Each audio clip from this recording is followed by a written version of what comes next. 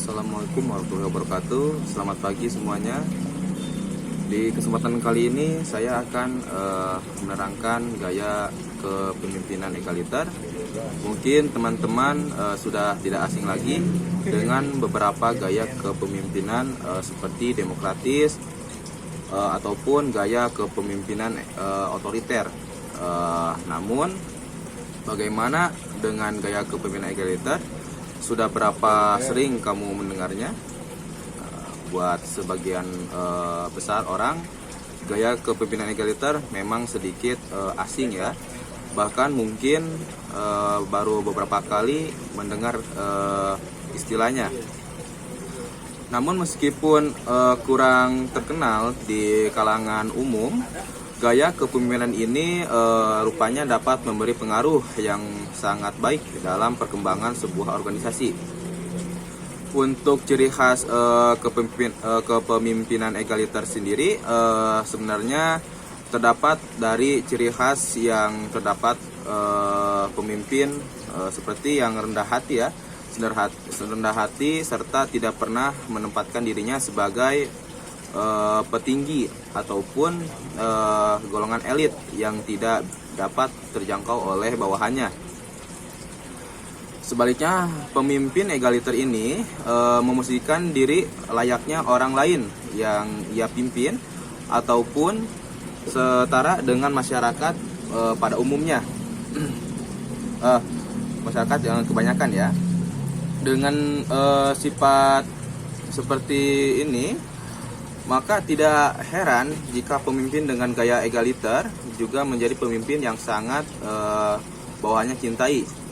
Dengan demikian, meskipun pada hakikatnya pemimpin ini mampu memberi peran yang sangat besar, ia tetap ingin tidak ingin terlihat sangat mencolok.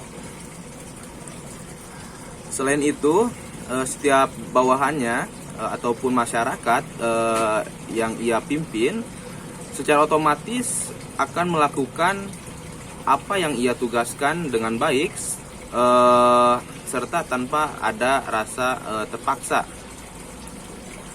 Ciri ini sangat berbeda jika kita membandingkan dengan beberapa gaya kepemimpinan yang sudah terkenal seperti otoriter.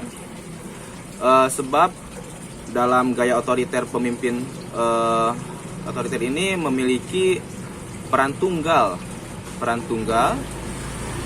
dalam mencapai sebuah tujuan, termasuk dalam proses untuk membuat strategi. Sedangkan untuk gaya kepemimpinan egaliter, pemimpin berusaha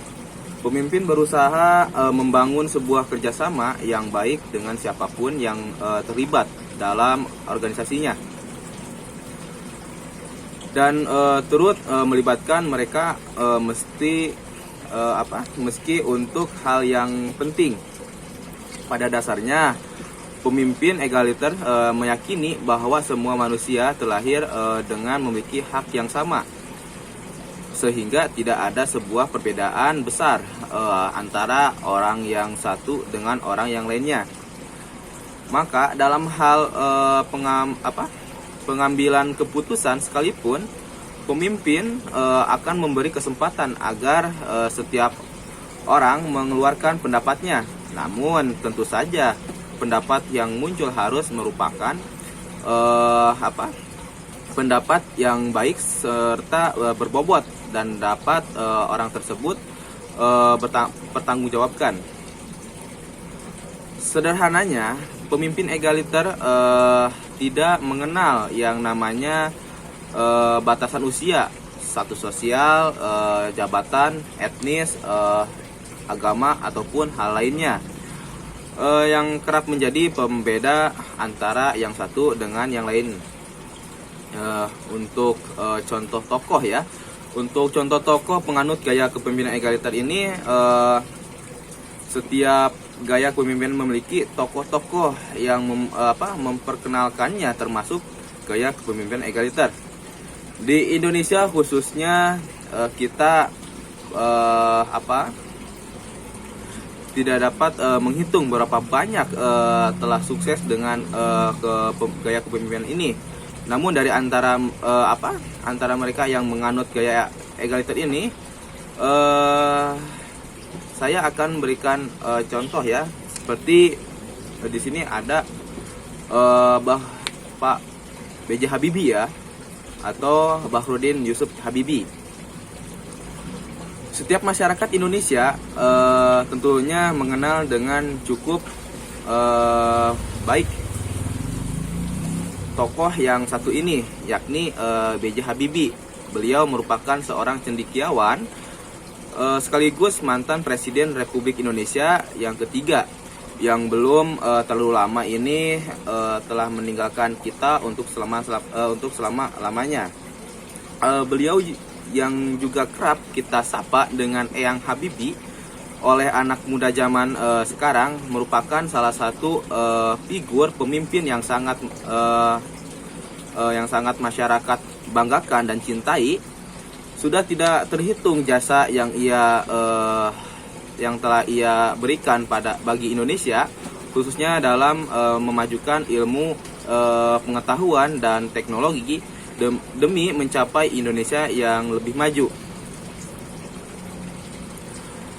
Dalam kepemimpinan Eyang Habibie juga memang terkenal sebagai pemimpin yang demokratis, di mana ia terbuka dengan pendapat orang lain. Namun di samping itu, Eyang Habibie juga merupakan rupanya salah satu tokoh pemimpin dengan gaya egaliter.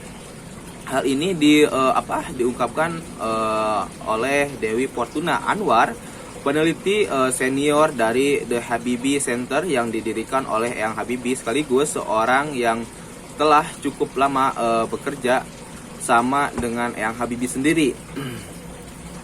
Menurut penuturan beliau, Eyang Habibie merupakan sosok pemimpin yang sangat terbuka serta bersikap egaliter, yang mana meskipun memiliki pengalaman lebih banyak, Eyang Habibie tidak ragu untuk melibatkan bawahannya dalam diskusi, menyampaikan pendapat hingga berdebat secara terbuka.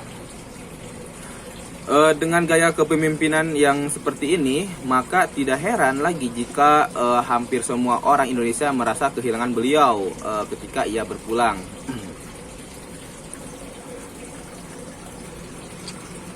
Kesimpulan dari semuanya,